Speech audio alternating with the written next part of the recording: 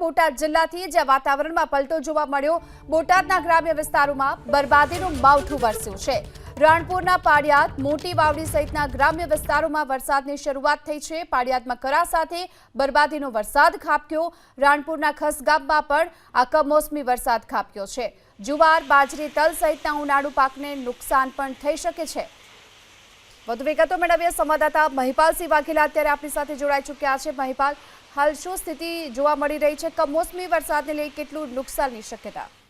ગીતા, જે પ્રમાણે હવામાન ખાતાની આગાહી હતી તે મુજબ બોટાદ જિલ્લાની અંદર વહેલી સવારથી વાદળછાયા વાતાવરણ વચ્ચે બપોર બાદ ભારે પવન સાથે અનેક વિસ્તારની અંદર કરા સાથે કમોસમી વરસાદ।